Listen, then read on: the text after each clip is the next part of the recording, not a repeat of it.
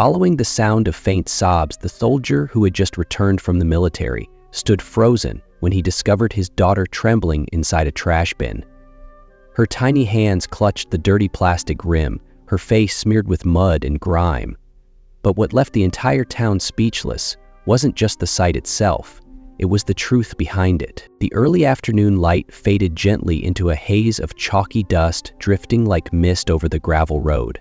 The maple trees along Mercado Avenue rustled in the late autumn breeze, scattering streaks of crimson leaves across the empty sidewalk. The sky was neither sunny nor rainy, just blanketed in a soft, overcast gray, like an old quilt spread across a quiet October day. Michael Whitmore, a discharged soldier, stood silently at the gate of house number 42. His calloused hand rested loosely on the worn strap of his old backpack. His military boots thudded slowly across the cracked concrete porch. He wore the same faded uniform he had served in for years, and the brown backpack on his back had been with him through it all. His shoulders were slightly hunched, as if to shield himself from the wind, or perhaps from the weight of something heavier than 3 years of deployment. Everything around him felt oddly familiar, but the warmth he once knew was gone. The windows were the same, the iron fence still stood, and the wind chime under the eaves spun softly in the breeze. But within all that stillness, Michael could sense a glaring absence, as though the breath of family had been drained from the place long ago. The metal gate was slightly ajar. He knocked once, then twice, before quietly pushing it open and stepping inside. The living room was clean and tidy, carrying the faint sting of floor cleaner. The brown sofa sat in its usual place. The TV stand was dust-free. A plastic vase on the table still held its unnaturally bright yellow flowers. But what Michael was looking for wasn't there. There were no children's sneakers, no pink jacket hastily thrown over the back of a chair, no crayon drawing stuck to the refrigerator, not a single trace that a child had ever lived here. He set his backpack down against the wall. Before he could take off his coat, he heard soft footsteps coming from the kitchen. Vanessa Blake stepped out, her hands still damp, curled hair resting gently over her shoulders. She wore a short-sleeved blue dress, light makeup, and pale orange lipstick. For a fleeting moment, Michael felt like he was looking at a stranger inside his own home. "You're back already? Why didn't you call first?" Vanessa offered a faint smile and wiped her hands on her apron. "Where's Emily?" he asked immediately, without preamble or greeting. Vanessa froze for half a second. She moved to the table, pulled out a chair, and sat down, trying to sound casual. "She's at my cousin's house. She's been really stubborn lately. I'm exhausted. I couldn't handle it anymore. You know how I am. I was never good with strong-willed kids." Michael furrowed his brows, leaned forward slightly, and slowly took off his boots, his eyes never leaving her. "Which cousin?" Vanessa glanced away, her voice flat. "Clarissa. She lives in Rockville, just for a few days. I thought some distance would be good for both of us." He rested his elbows on his knees and exhaled slowly. "Did you ever tell me about this?" Vanessa pressed her lips together. "I'll send you her number later." The room thickened, like even the sounds outside had paused. Only the ticking of the wall clock repeated itself, mechanical and indifferent. Michael stood up and walked toward the large window next to the sofa. From there, he could see the small backyard where he once built a wooden swing with his own hands. It was gone now. Only a patch of grass remained, cut down with an eerie precision. Dusk fell faster than he remembered. The outdoor light faded into a soft violet hue. Michael reached into his backpack and pulled out a photo frame, gently wiping away the layer of fog on the glass. In the picture, he was smiling, wearing his military uniform while sitting on a stone bench. Emily sat on his shoulders, holding a crayon-drawn flower, her cheeks rosy and her eyes sparkling. It had been taken the last afternoon before his deployment. He wondered how much she had grown in 3 years. Was her hair still shoulder length like that day? Did she still carry the little blue butterfly hair clip her mother once gave her? At some point, Vanessa had retreated into the bedroom. The house fell so silent that even the faint hiss of wind through the doorframe could be heard. Michael didn't turn on the light. He sat by the window, holding the photo, eyes fixed on the backyard as night swallowed it whole. Emily never went anywhere without leaving a note for him, never traveled far without her old teddy bear, Benny. Never once had she been so stubborn that she would disappear completely like a shadow. Michael felt something strange, something that wasn't quite anger nor exactly fear. It was more like the creeping chill that seeps into your bones during a night watch in the desert. A cold intuition that no amount of warmth could soothe. He leaned his forehead against the edge of the window pane. Outside, the town of Maple Ridge was slipping into darkness, but inside him, a door had cracked open, one filled with unanswered questions pressing hard against each beat of his heart. And in that moment, Michael knew he had returned, but this house was no longer whole, and his daughter was not in Rockville. Every town has a sacred hour, a moment when every sound seems to pause, when the air feels like it's waiting for something to happen. For Maple Ridge, that hour arrived just before dawn, when the rooftops were still veiled in mist and no shadows had yet fallen on the dew-covered streets.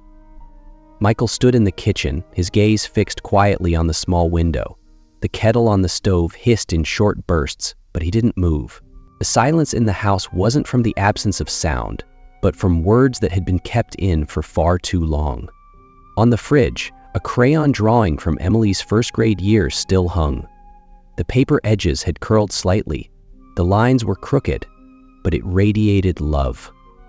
He gently touched the red heart she had colored in. A small act, but enough to tighten something deep in his chest. He didn't wait for the water to boil. Michael put on his uniform, slung the backpack over his shoulder, and stepped out while the sky was still gray. His boots made no sound, only the dry leaves cracked underfoot, like forgotten promises crushed and left behind. Each house along the street had its windows shut. The air smelled of wood smoke, rice flour, and old rain. Michael walked slowly, but his eyes moved constantly, scanning every corner, as if believing that with just a closer look, he might find a trace of his daughter somewhere. The wholesale market lay to the east, where locals gathered before sunrise. The fabric tents were already up, the goods freshly laid out, still clinging to the chill of the night. Then came a familiar voice from the far end of the bread stall. "Michael? Is that really you?" He turned. Mr. Grayson, the elderly baker who used to save crusty scraps for Emily every weekend, was wiping his hands on his apron, his eyes filled with hesitant surprise. "Good morning, sir." Michael nodded, stepping closer. "Your bakery still smells as good as ever." "It does, but it's missing the little one who used to wait in line," the old man replied, his voice softening. "She hasn't been around lately." A cold shiver ran down Michael's neck. He kept his voice steady. "You mean Emily hasn't been by here?" "No, not since right after Christmas. Before that, she'd be right over there every week, holding a little canvas bag, grinning from ear to ear. Every time I gave her a roll, she'd ask for an extra, for her invisible friend, remember?" Michael's fingers tightened into a fist. "Have you heard anyone talk about her lately? Anyone asking questions?" Mr. Grayson shook his head. "Everyone thought she went with her stepmother to stay with her grandparents. No one's seemed concerned." A rough voice cut in from behind the vegetable stand. "I heard crying 2 nights ago, behind the old bread factory, near the public dump." Michael spun around. It was Mr. Jenkins, the town's longtime janitor. His clothes were still stained with dirt and he was resting on a burlap sack. "Are you sure?" Michael stepped toward him. "I can't say for certain, but it wasn't a cat. I've heard plenty of things cry in my time, but that sound, it cracked through the night like a child calling for someone who never answered." The wind suddenly swept through the market, scattering a few old newspapers. Michael didn't say goodbye to anyone else. He turned and walked away. The gust pushed him faster than usual. Along the road, everything seemed disturbingly clear. The broken bicycle abandoned beneath a tree, a puddle holding the shape of a child's shoe, a pair of tiny plastic sandals caught on a rusted fence. Details he would have overlooked before now stood out like silent accusations. The road to the old factory had long been forgotten. Grass pushed up between cracked bricks, and the walls were covered in crude, fading graffiti. No one came here anymore, except those with nowhere else to go. The wind rattled each trash bin, lifting lids and slamming them shut again, the dry clatter echoing like padlocks being snapped open and shut. Michael stopped. He'd heard something. Maybe a sound, maybe just instinct. But he knew he had to listen. He moved toward the end of the alley where the streetlights no longer reached. A sound rose, a faint sob, as soft as a dry leaf dropping into water, yet sharp enough to freeze a father's heart in place. The backpack slid off his shoulder and hit the ground. He rushed forward, not thinking, only moving. The air was thick with mildew, wet, soil, and something foul and sour. But he didn't stop. She was there, curled up inside a trash bin, her hair matted, her clothes and face streaked, as if smeared by mud and tears. Gripping the filthy plastic rim with trembling hands, her skin was pale with cold and fear. Her eyes widened in shock, then blinked, as if trying to confirm that the man in front of her was real. "Daddy, I'm cold. I'm hungry." The words weren't loud, but they stabbed through Michael's chest like a knife. He didn't scream, didn't shout. He just knelt down, lifted her into his arms, and held her tightly, as if she would vanish if he let go for even a second. Her body felt weightless, as if she'd been surviving on tears alone for days. Every step Michael took as he carried her out of that damp alley was a step away from the fear that had rooted itself inside him. He didn't look at anyone. He didn't care who looked back. But along the way, there were eyes watching him, the flower vendor, the old man behind the fruit stall, the boy shining shoes by the curb. No one said a word. Silence doesn't always mean there's nothing to say. Sometimes it means it's already too late. A voice echoed in Michael's mind, the voice of a fellow soldier from the border. You can survive a war, but no one comes back whole. Now he understood. Not every battlefield had bullets. That trash bin hadn't just held garbage. It held the failure of a family, the indifference of a community, and the pain of a child who never got the chance to know what safety felt like. Michael didn't know what he was going to do next, but he knew one thing. From that moment on, every decision he made would start with a single question. How do I make sure my daughter never has to be afraid to say daddy again? A pale mist crawled across the cracked windowpane of the Maple Ridge Town Hospital, casting the outside world in a weary grayish-white hue. The trees lining the walkway bent under the weight of heavy raindrops, as if they too were burdened by pain. No car horns, no loud voices, only the sound of wet shoes pounding the tiled floor and the labored breath of a man walking backward through time, carrying in his arms the most precious thing in his life. Now small, freezing, and caked in mud, Michael pushed open the hospital's front door. A gust of cold wind whipped down the damp hallway, scattering prescription slips across the floor near the reception desk. The patients in the waiting area turned to look, their eyes filled with shock and worry, but no one said a word. Because they saw his face, the face of a father, soaked, fierce, desperate, and they understood.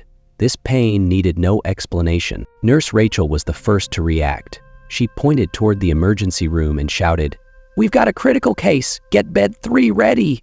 Then she rushed toward him, her face draining of color when she saw the little girl in Michael's arms. "Oh my God, it's a child!" From the far end of the hallway, a woman in her 40s appeared. Her white shoes were wet, and her hair was pulled back in a tight bun. She didn't have the hardened expression of a veteran doctor, nor was she overly emotional. Her eyes were steady, her voice was clear.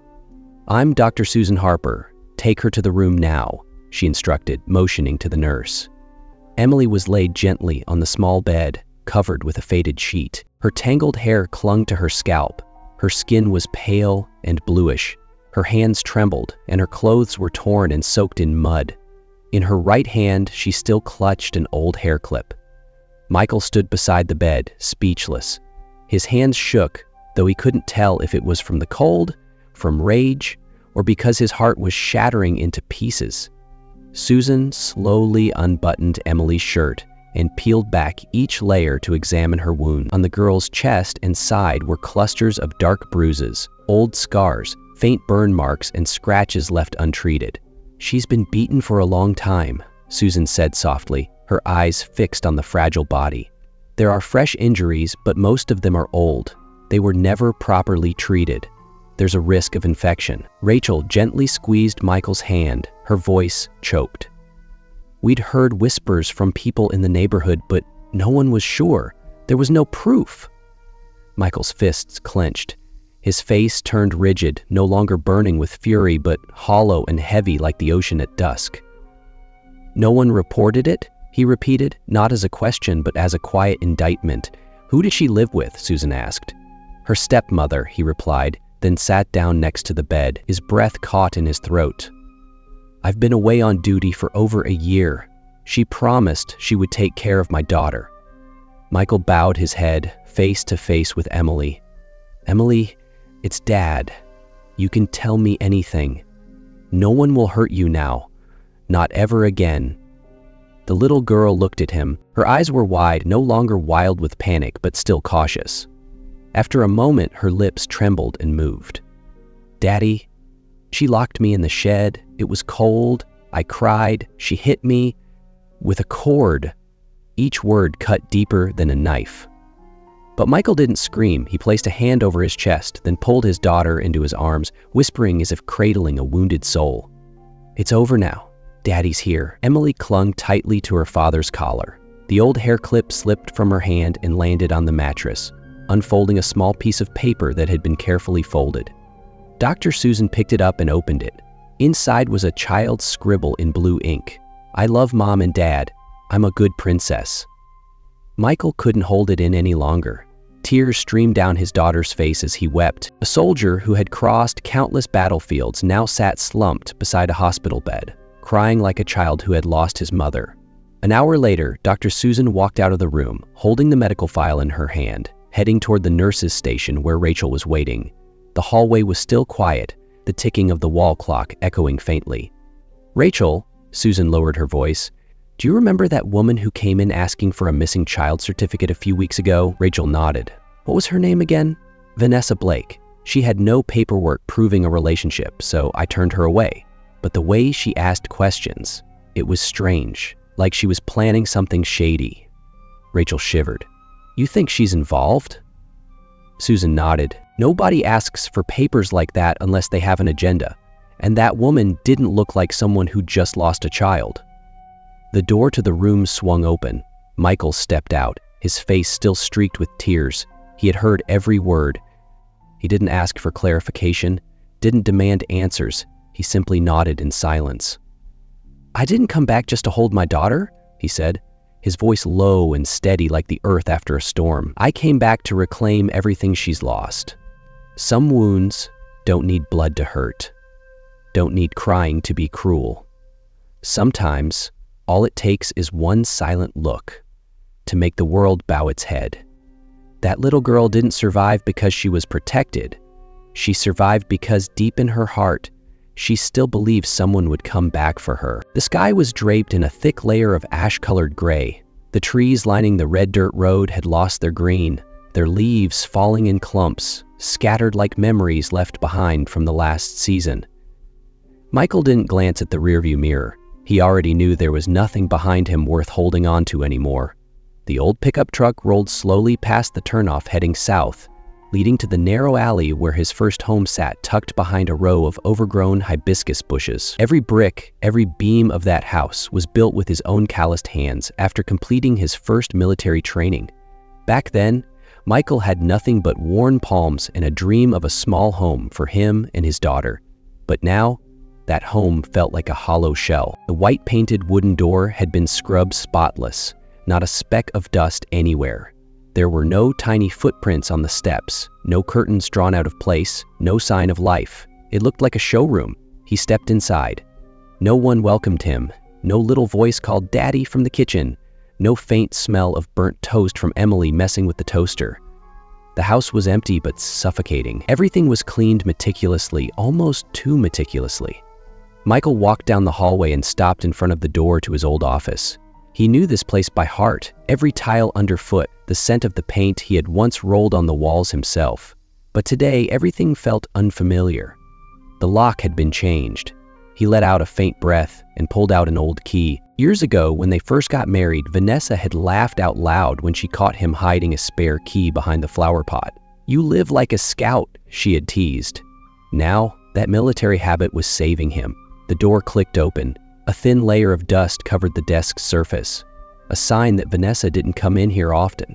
Michael switched on the light, the warm yellow glow falling over a stack of documents piled too neatly, too deliberately to be accidental.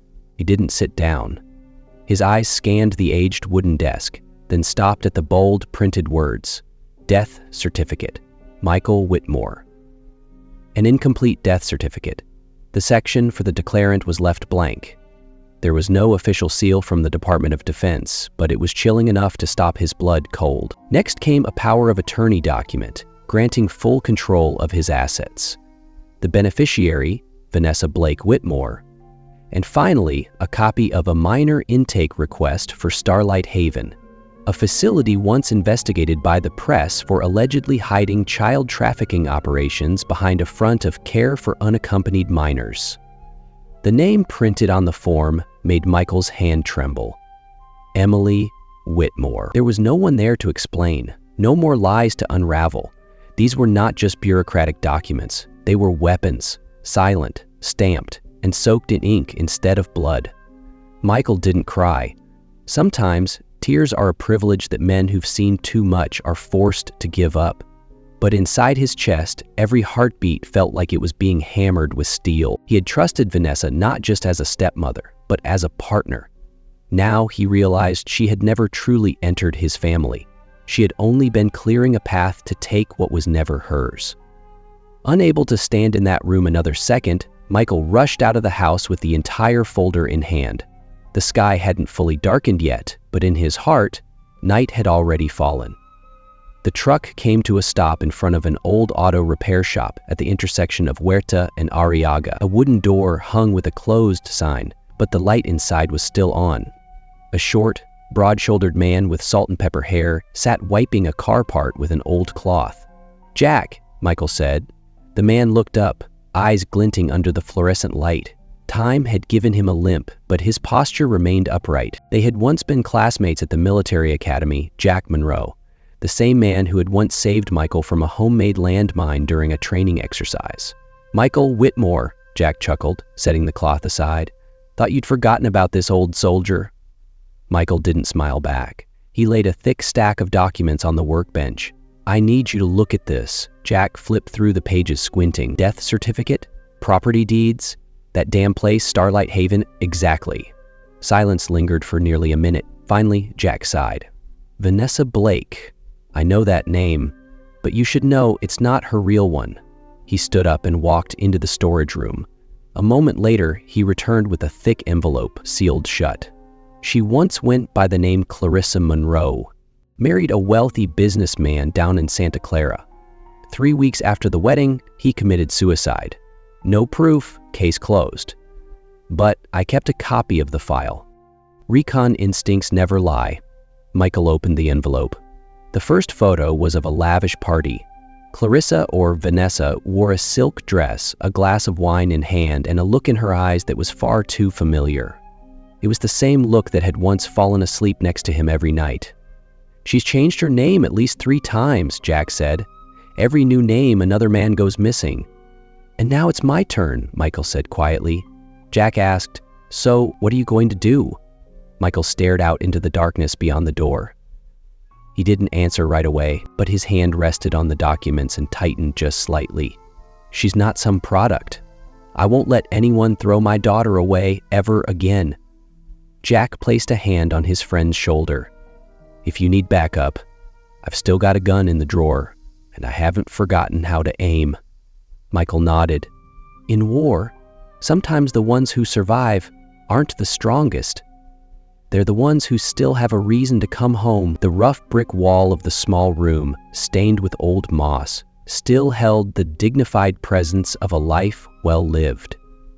Outside the window, old mint plants swayed gently in the morning breeze, releasing their pungent, earthy scent.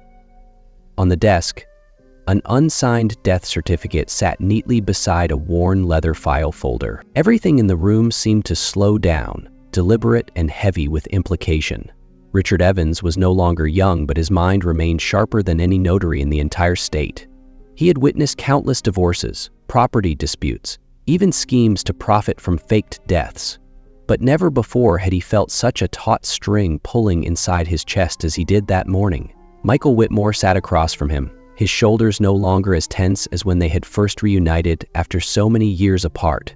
But in his eyes, steady and deep, unwavering, Richard saw the same fire he had once seen in Michael's father, a man who had lived with purpose, not for pride, but for principle. He reached out, turning each page of the documents carefully, reading them 3 times before setting his pen down on the desk.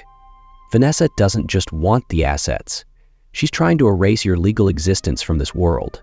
If she succeeds, she'll have the right to sell everything, the house, the land, even your company's shares, without having to notify anyone. Michael said nothing. The silence stretched so long you could hear the wind whistling through the narrow window behind him. "Help me set the trap," Michael said quietly, barely moving his lips. "I'll pretend to leave. Let her reveal her hand." Richard leaned back in his chair, fingers laced in front of his stomach, eyes narrowing slightly. He didn't need to ask more. Sometimes the truth only comes to light when you give the villain enough space to believe they're winning. "I'll draft an official notice from the Department of Justice. It'll include a statement that you're relinquishing all assets due to psychological distress following your discharge. She won't be able to stay quiet after that." On an afternoon draped in a silver drizzle over the retiled rooftops at the edge of the city, Michael sat in his truck, phone in hand. He switched on the speaker so Richard could record the call. "I'm heading back to my unit. Everything's a mess. I don't even know where to start anymore. The assets, the house, you take care of it. I don't care anymore." A few seconds of silence followed. Then Vanessa's voice came through. So sweet it was hard to believe that same throat had once shouted curses at an innocent child. "You should get some rest. I'll take care of everything." Michael leaned back in his chair and closed his eyes. For the first time in years, he felt like he was playing a life or math game of chess, and the pieces on the board were the memories of the little girl he used to hold in his arms every night when she was still tiny. 3 days later, at the notary office of El Encino, a place notorious for handling shady documents, a very specific guest arrived. Vanessa Blake stepped inside, wearing a cream-colored coat. Her hair was neatly curled, her lips painted a soft red, and her gaze calm, as if she were simply shopping for jewelry. "I need to have a few documents certified. This is the death certificate and the power of attorney," she said lightly to the receptionist. A miniature camera hidden behind a cactus plant recorded the entire conversation. It streamed directly to Jack Monroe and the special surveillance team Richard Evans had assembled. They took notes, watched every gesture, and most importantly, listened to every word she said. She pulled out a paper bearing Michael's signature, a sophisticated forgery, but to trained eyes like Jack's, who had years of experience in internal security, that sophistication was precisely what made it suspicious. "She's done this before," Jack muttered through clenched teeth to his colleague. "No doubt in my mind, this isn't her first time." Meanwhile, nearly 600 miles away, Emily was staying at the Safe Haven Home for Children, a red brick 2-story house with a small yard of daisies and wooden benches beneath a shade tree. The center was run by a quiet charity, quietly funded by Richard Evans. There was no grand gate, no security guards, just a warm place that looked like it had been waiting to be a home. On her first day, Emily said little. She observed more than she interacted. Children ran around playing volleyball, coloring, arguing over an old comic book. But to Emily, the world still felt like scattered fragments of fear, assembled from screams, curses, and the cold stares of the woman who once called herself her stepmother. Lily Parker, a quick and playful 10-year-old, was the first to approach her during dinner. She leaned in and said softly, "I know what it's like to be afraid of meals. One time, I rushed through my food so I wouldn't get yelled at, even though I was only a few minutes late." Emily pressed her lips together and looked down. But then Lily shared something that shattered something quietly inside her. She said Vanessa once tried to adopt her too, but was rejected because of a sudden fever. "She tried to do the same thing to me," Emily thought, staring blankly at the spoon swirling gently in her bowl of warm broth. That night, lying in a bedroom painted soft pink with a small star-shaped nightlight, Emily replayed everything she had ever endured. Her mind began connecting the dots. Maybe she wasn't the only one.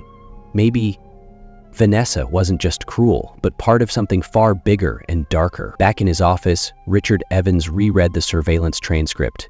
He tapped his fingers on the folder in front of him and murmured slowly, Every fox has a pattern, but only the old ones know where the exits are. Michael knew the trap was tightening, but he also knew that the most important thing wasn't revenge.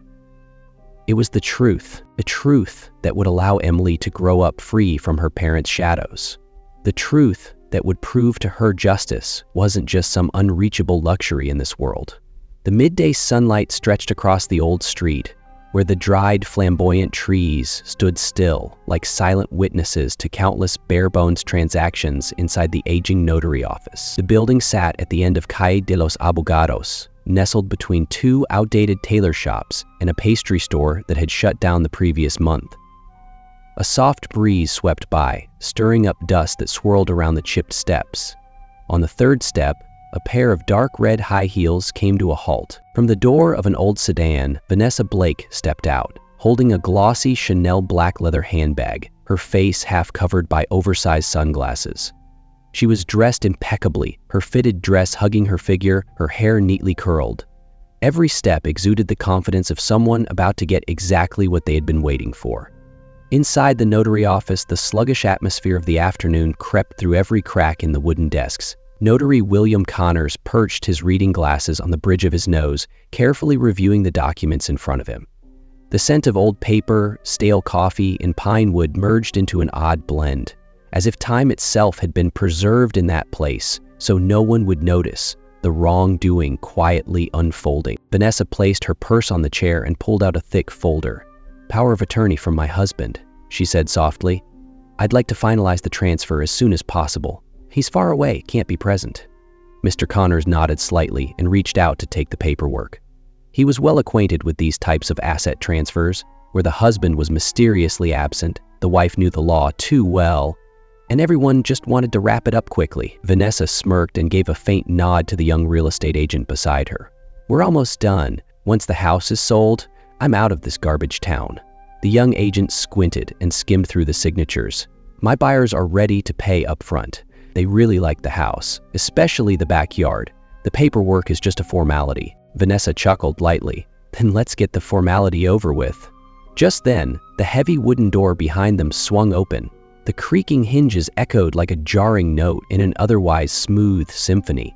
Every eye in the room turned simultaneously. Michael Whitmore stood there, tall and broad-shouldered in his sun-faded military uniform. He held a thick stack of documents in one hand, his face as cold as marble. His gaze swept the room and settled on the woman still clutching the pen in her hand. Vanessa went pale. She shrank back like a wax figure melting under sudden sunlight. What are you doing here?" she stammered. "You thought I wouldn't come back, didn't you?" Michael stepped slowly into the room. "I told you I'd let you handle everything, but not to kill my daughter and steal everything we owned. It's not what you think," Vanessa snapped. "The girl, she wouldn't listen. She was a menace, a burden." The real estate agent stepped back in panic, about to slip away when he found two plainclothes officers already blocking the door. Jack Monroe, a younger soldier who had once served under Michael, entered the room and placed a file folder on the table. Behind him came attorney Richard Evans, followed by two investigators from the Department of Justice. Michael opened the file. Each sheet he turned, he placed on the table, slowly and deliberately, like hammering down the blows of a final verdict. "These are surveillance images from the Starlight Haven Youth Shelter. You've been there before, haven't you?" Vanessa shook her head. "No, you're making this up. And this," Michael continued, "is a forged death certificate with my name, used to transfer ownership of my house, along with a signature match for Clarissa Monroe, your former name." "Did you forget?" Mr. Connors froze when he saw the official seal from the Federal Investigation Office. He looked up at Vanessa, and by now, there wasn't a trace of lipstick left on her face. "You used forged documents in a legal transaction at my office?" he asked, his voice trembling with fury. Vanessa backed away and bolted for the door. But her arm was instantly seized and locked in the grip of the officers. The sound of handcuffs snapped sharply through the room, which had fallen into a stunned silence. "I just wanted a better life. I didn't mean to hurt anyone. That girl, she didn't belong to me. I didn't want her," she screamed frantically. Michael stood still, his eyes following the dragged steps of the woman he had once shared a bed with. He didn't smile, nor did he cry, but in those darkened eyes was a vast, quiet ocean. The sorrow of a father who had survived war, only to find his child abandoned in a far crueler, more silent kind of battlefield. Attorney Evans nodded to Michael. "Everything's ready. An emergency order will transfer temporary custody to you, and I believe this time the law will stand on the side of what's right." Michael said nothing. He glanced down at the table, where a paperclip had fallen from the file. He bent to pick it up, then ran his thumb gently along the sharp edge, as if every nick in the metal mirrored a wound his daughter had endured. From the hallway came the muffled sound of footsteps, civilians waiting to process paperwork. An elderly woman who had been sitting for some time whispered to her grandson, "You see, sweetheart, people think they can lie and get away with everything, but in the end, the heavens are still watching." The boy nodded, eyes still fixed on the man in uniform. "Is he a cop, Grandma?" "No, child," she said, tightening her grip on his hand. "He's a father, one of the few left in this world who remembers children aren't things to be owned. Sometimes, in order to protect the light, a person must pass through the deepest shadows within themselves. But as long as a father stands tall for his child, even the darkness must take a step back." In the dim white light of the late evening, the intensive care unit of Hopewell Medical Center felt like it was separated from the rest of the world. The usual hallway sounds, doctors' footsteps, rolling carts, the faint buzzing of fluorescent lights all faded into the background, as if the hospital itself was gently bowing in reverence to something more sacred than an emergency case. The moment of resurrection, not just of the body, but of the soul. Room 203 was so quiet that Michael could hear his daughter's steady breathing. He sat still, gently holding Emily's hand. Her fingers were thin, with tiny scabs on the tips. The hospital's fabric wristband hung loosely around her wrist, making her look even smaller in the middle of white sheets and sterile machines. There was no longer the smell of decay or muddy earth like on that horrific night. Now, only the scent of antiseptic and a faint trace of chamomile tea from a thermal bottle in the corner of the room lingered.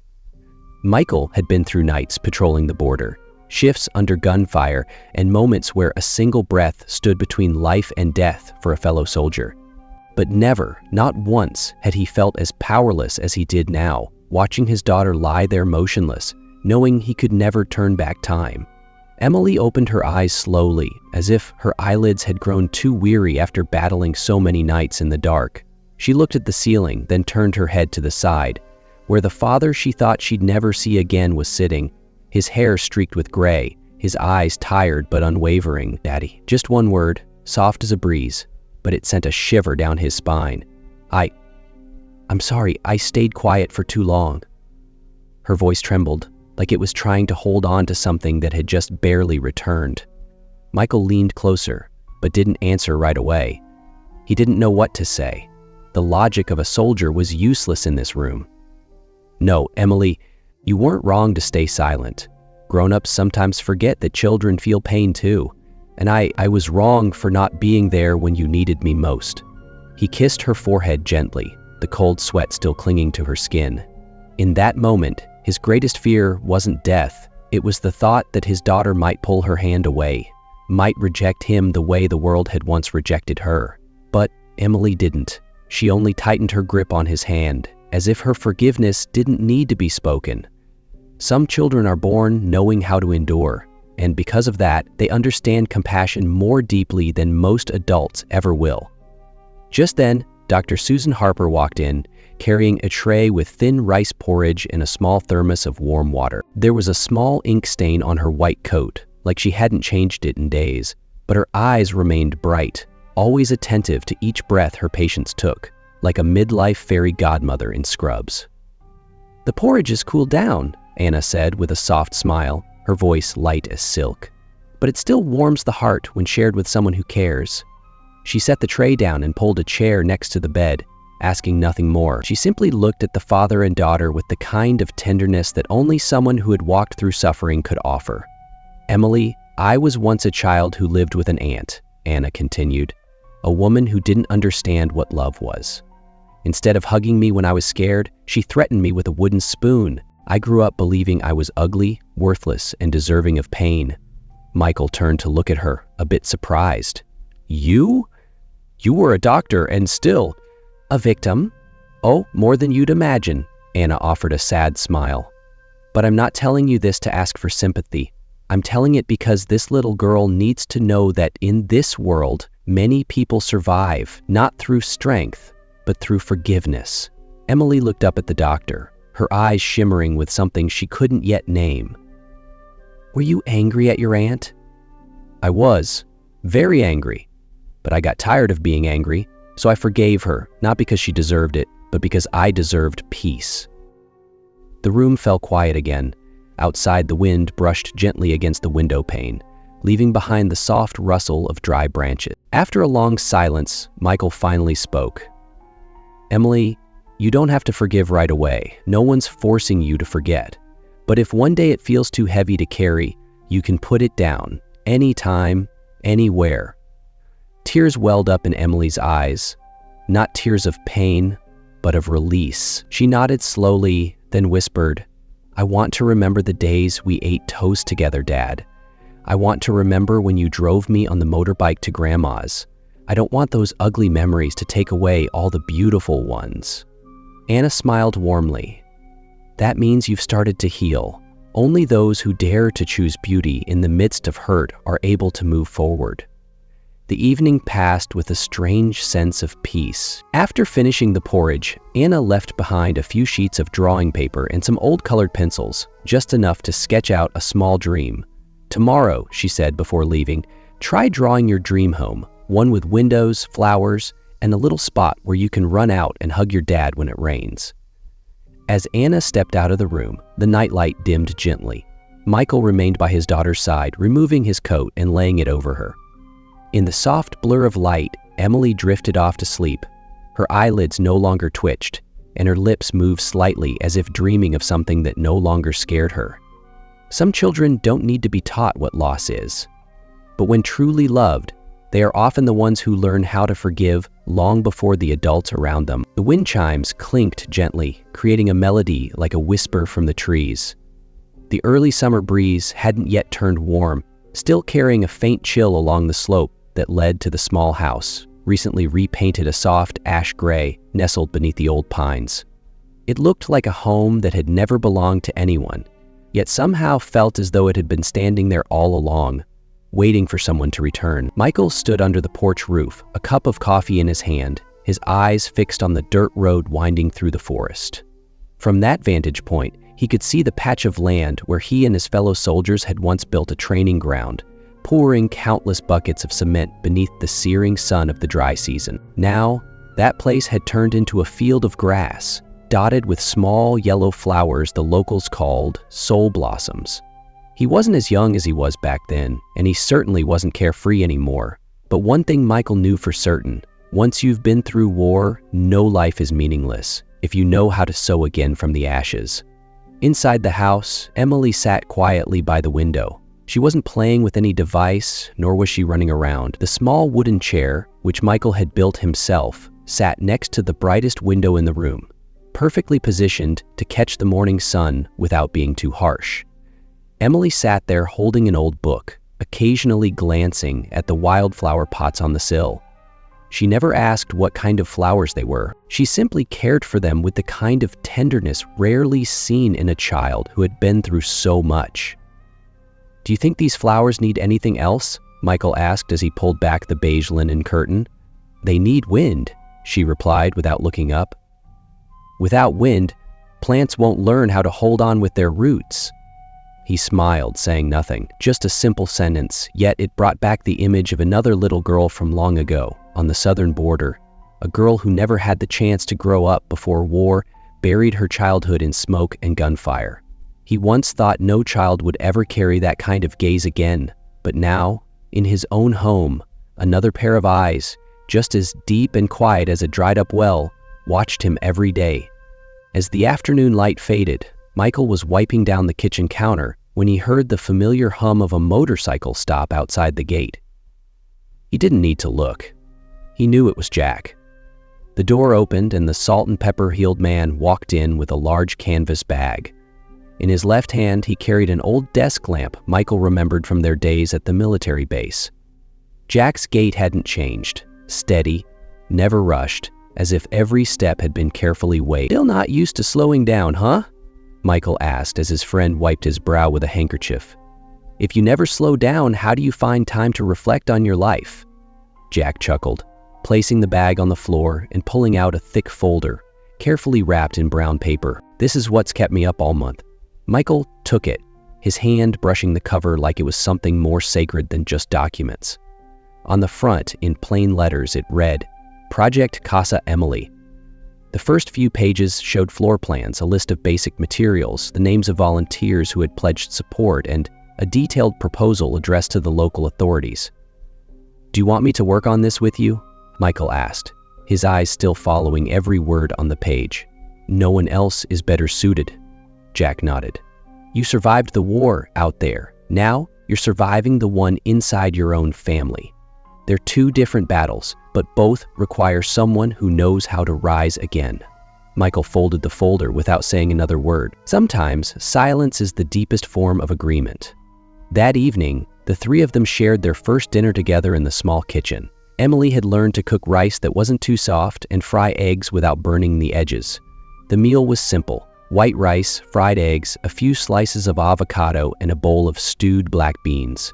But for all three of them, it was the warmest dinner they'd had in months. After wandering through endless hallways, shelters, and hospitals while Emily washed the dishes, Michael stood beside her drying the plates. She didn't speak much, but her hands moved gently, carefully, as if afraid of breaking something fragile that had just begun to form between them. The next day, they visited the old shelter, once a stopping place for children with no names, no papers, no one waiting for them. The building was small, its paint peeling, the light flickering, but within that setting, children still played, still dreamed, still built castles from plastic blocks and called each other princesses and princes. Emily sat beside Lily, a girl with long curly hair and a smile that easily spread to others. Lily was building a tall tower with colorful blocks. Each block had a handwritten word: hope, strength, love. Emily said nothing. She picked up the final block and gently placed it on top of the tower. Then, slowly, she spoke.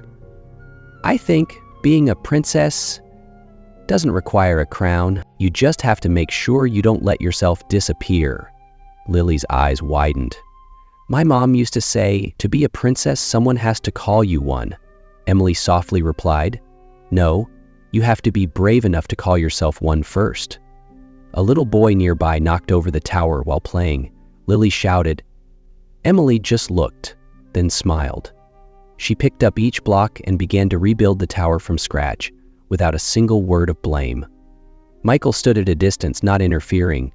Jack was busy trying to hang a small lamp on the wall, its warm yellow glow spilling down and making the entire room feel unusually cozy.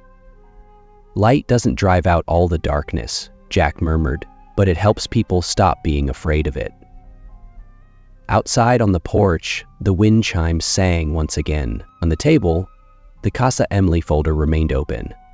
The front page now had a few handwritten notes in Michael's script. A new chapter doesn't need a grand announcement. It begins with action, and sometimes the smallest act is all it takes to build a home.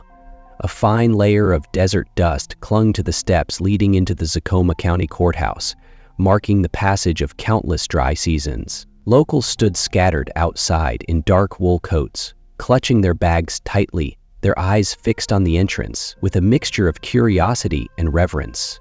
No one spoke.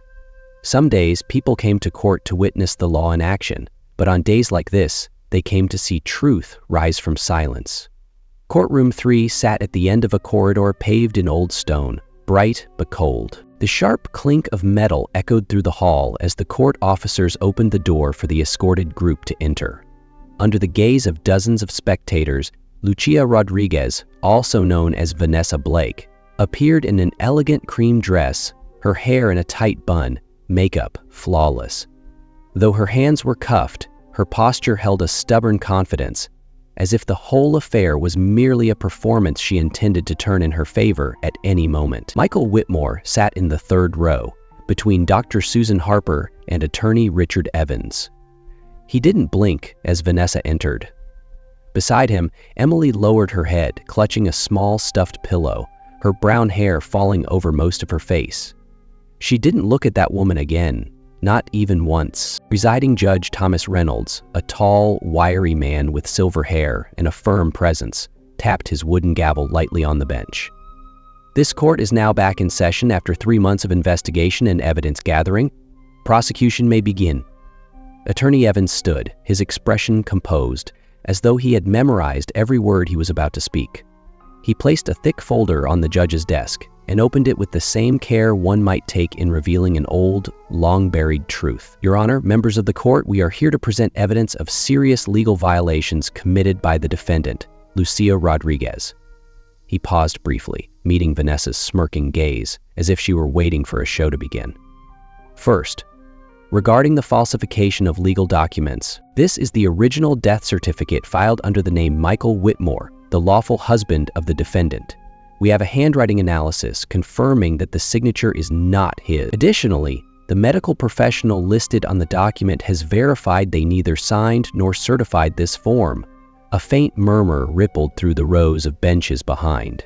Second, Harare continued, the joint bank account shared by the married couple was completely emptied just 3 days after the death certificate was submitted to the court. We have the official statements from Banca del Sur. Nearly $800,000 were transferred to another account in Monterrey under the name of a woman using falsified documents whose photo matches the defendant's from 10 years ago. The judge nodded and turned to glance at the defense attorney, but the young man on the opposite bench only lowered his head and remained silent. Third, Herrera went on, is the issue of child abuse. These are the medical results from Lupita Ortega's examination when she was admitted to San Rafael Hospital. There were bruises around her wrists, signs of prolonged malnutrition, and severe psychological trauma, according to the report by Dr. Ana Lopez. Dr. Ana stood up, her eyes red. Her voice was raspy as she said, I have never seen a child who didn't cry when in pain. Lupita didn't cry. She just looked at me and asked quietly, do I need to smile, doctor? From the defendant's side, Zafira scoffed. She's a great little actress, just like her mother. Herrera didn't react. He placed another folder on the table. Fourth, regarding the defendant's background. Under the name Ana Lilia Gomez in Chihuahua, the defendant was investigated twice for psychological abuse of adopted children. In Durango, she went by the name Teresa Rojas and was married to a doctor who mysteriously disappeared in 2014. Zafira gripped the armrest tightly, her eyes blazing, but said nothing. The judge signaled for the proceedings to continue. Then Herrera took a step back, his tone softening. Finally, to conclude this chain of evidence, we would like to present a special witness. A small door in the back opened. The slow steps of a child echoed across the tiled floor. A thin girl with tousled dark hair, wearing a worn brown cardigan, walked in. She appeared to be around 14, with eyes far too weary for her age. This is Andrea Robles, Herrera said. She previously lived at the Al Alba shelter.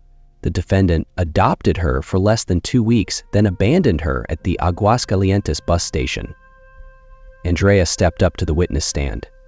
She didn't need to read from a paper. Her voice was soft but steady. She made me clean the house, didn't let me sleep in a room, and wouldn't let me call back to the shelter. Every time I asked something, she'd say, if you don't behave, I'll sell you to America like the others. And then? Hera asked gently. Then she left me at the bus station with just a piece of paper that said, unadoptable. I slept there for 2 nights. Andrea lowered her head. Beneath the gallery seats, Emily trembled slightly, her eyes brimming with tears. At that moment, Vanessa shot to her feet. That girl is lying. They're all making this up. Judge Reynolds struck his gavel 3 times. Order in the court. One more outburst from the defendant and she will be taken into custody immediately. The entire courtroom fell silent. Richard Evans closed the case file and bowed his head slightly before the bench. We are not here to seek vengeance. We are here so that justice can be seen with clear, unwavering eyes. The judge turned toward the jury. An elderly woman seated in the center gently dabbed her tears with a handkerchief. An old man beside her nodded slowly, as if recalling something long buried. 15 minutes later, the jury returned. This court finds the defendant, Lucia Rodriguez, guilty of forging legal documents, child abuse, financial fraud, and violating national adoption laws. The defendant is sentenced to 25 years in prison without parole and is permanently barred from any contact with minors. Vanessa collapsed into her chair, her lipstick smeared across one cheek. Michael remained seated. Only when Emily whispered softly, "I want to go home," did he gently squeeze her small hand and nod. Outside the courthouse, a light rain had begun to fall. It was neither loud nor hurried, as if the sky itself knew that some verdicts don't need thunder to be heard. Sometimes, just a single drop falling at the right moment is enough to bring peace to the soul. The sky above Maple Ridge was draped in a soft, pale blue, not blinding, not gloomy, just enough light to highlight the red clay tiles of the old rooftops, where sparrows chirped overhead as if they too were adding their voices to the town's unusual morning. In the small garden behind the community center, clusters of purple hibiscus bloomed brightly.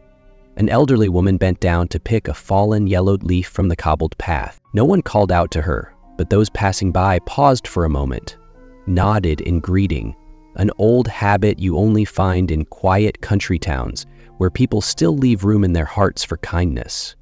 Inside the assembly hall, the long wooden benches had been filled since early morning. There was no sound of cameras clicking, no glaring red banners. Everything was simple. White walls, wooden trim, and a few small orchid pots by the windows made the room feel less like a place for speeches and more like a home, meant for listening, not for ceremony. Attorney Richard Evans sat in the front row, adjusting the collar of his worn shirt. Jack Monroe checked the microphone while Dr. Susan Harper sat quietly beside an older woman with silver-streaked hair, Elaine Thompson, once Michael's neighbor and someone who had quietly followed the story of father and daughter from the beginning, a story no one needed to retell because everyone already knew. Some wounds don't need to be repeated out loud, because when you look someone in the eyes, you can already see everything. The back door eased open. Michael Whitmore walked in, his hand gently resting on Emily's shoulder. The little girl was different now. Her hair was no longer tangled, and her eyes no longer held fear. She wore a pure white dress, no lace, no frills, just simple cotton, with a single yellow daisy pinned at her chest, the symbol of the Emily Foundation, childhood and hope. When Emily stepped up to the wooden podium, the quiet chatter instantly fell silent. No signal was given. The silence was like the moment someone stops brushing paint across an unfinished canvas, not to judge, but to listen to the final strokes. She unfolded the small piece of paper in her hands, then looked up. She didn't glance at her father. She didn't search for reassurance. Her voice rang out calm and steady, as if it came from someone else, someone far more grown than the Emily from 3 months ago. I used to think that if I didn't cry, I wouldn't get hurt, that if I stayed quiet, my stepmother would forget I existed, and maybe that wouldn't be so bad. A pause. No one moved. I used to live that way for many days, until the day I was thrown into a trash bin where there were no voices, no light, only the stench and the buzzing of flies. While I was in there, I thought no one would ever find me again. She took a soft breath. But my dad came. Even without a map, without directions, he still found the place where I had been thrown away. He heard my voice. And today I'm standing here because his love was louder than the silence I used to carry in my heart. A soft sniffle echoed from the back row.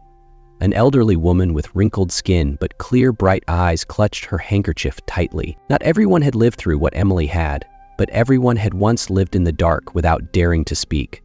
Emily lowered her eyes, gently folded the paper in her hands, then looked straight at the room. If anyone is listening to me right now and has ever felt invisible, I want to say this. You only become invisible when you stop believing you deserve to be seen. Please remember, there is always someone out there waiting to love you, the way my dad loved me. No one clapped. A strange and sacred silence hung for several seconds, as if the entire room was holding its breath not to break whatever had just touched their hearts. Then a little boy stepped forward, his hand trembling as he held out a single white daisy to Emily. No one knew who he was, but his shy smile said he understood. Some stories don't need to be confirmed to be real. They only need someone to recognize themselves within them. Dr. Susan stepped forward and gently wrapped her arms around Emily. She didn't say a word, just placed a hand on her shoulder. Michael stood a few feet away, his eyes never leaving his daughter. He didn't cry. A man who had lived in army barracks, who had endured silent, freezing nights, had long learned to hold his feelings inside. But today, his chest felt heavy, not with old memories, but with something new: happiness. Quiet, gentle happiness, like the weight of a flower resting on an old wound. He looked at his daughter. No tiara, no crown, no spotlight, and yet she shone like a warm flame inside a small winter home. Sometimes, the greatest miracle isn't surviving the storm, but learning how to love right in the middle of it. "My little girl has truly grown up," he whispered. Jack stood beside him and gave a gentle pat on the shoulder. "So have you, Michael," he said. "You're not a soldier anymore. You're a father, not wearing armor, not carrying weapons, but who had won a silent war with nothing but patience and the unwavering belief that love is never too late." The rooftop of the Maple Ridge Community Center had been transformed into a small garden.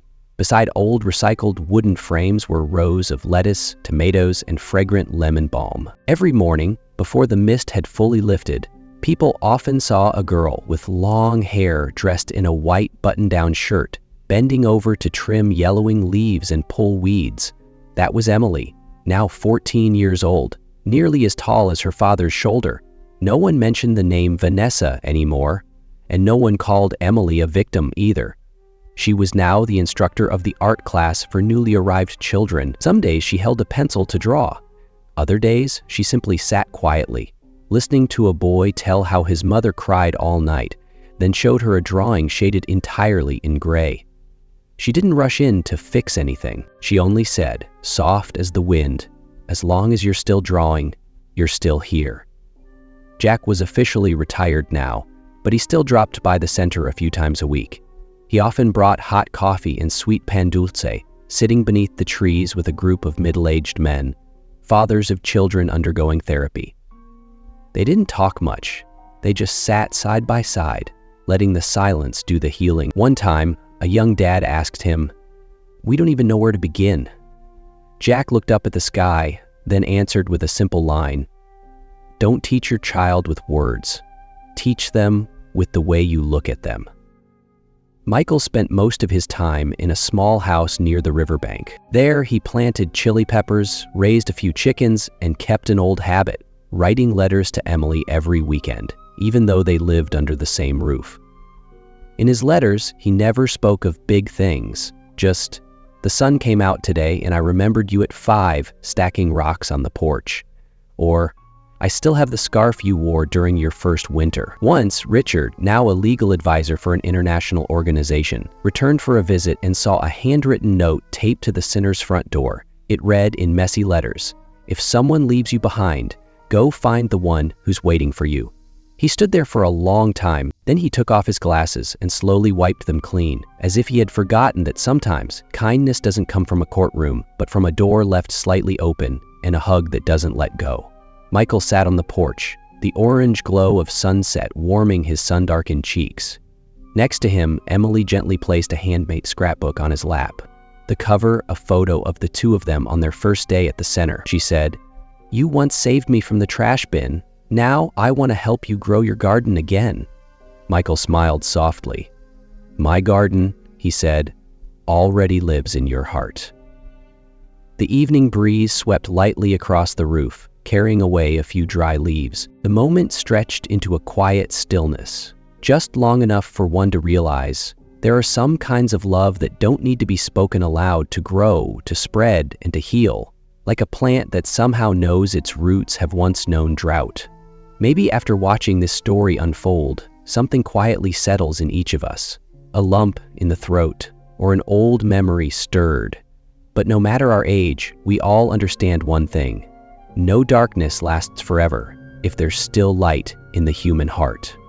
Emily, the little girl once discarded like a broken toy, stood up, not to seek revenge, but to choose a better, kinder way to live. And her father, after years of barren days in the military, found victory not through weapons, but through quiet, unwavering love. In life, those who do wrong will eventually pay the price, whether sooner or later. But those who live with kindness, even in silence, without praise or recognition, will in the end be rewarded in the simplest yet most precious ways: a look of trust, a heartfelt thank you, or just a warm hug from someone they love. What do you think about Emily and her father's journey? Have you ever witnessed or experienced a moment of healing in your own life? I would truly love to hear your story in the comments below. And before you go, I just want to ask you one small thing. Are you doing okay today?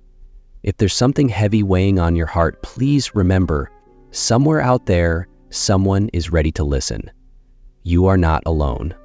Thank you for spending time with this story.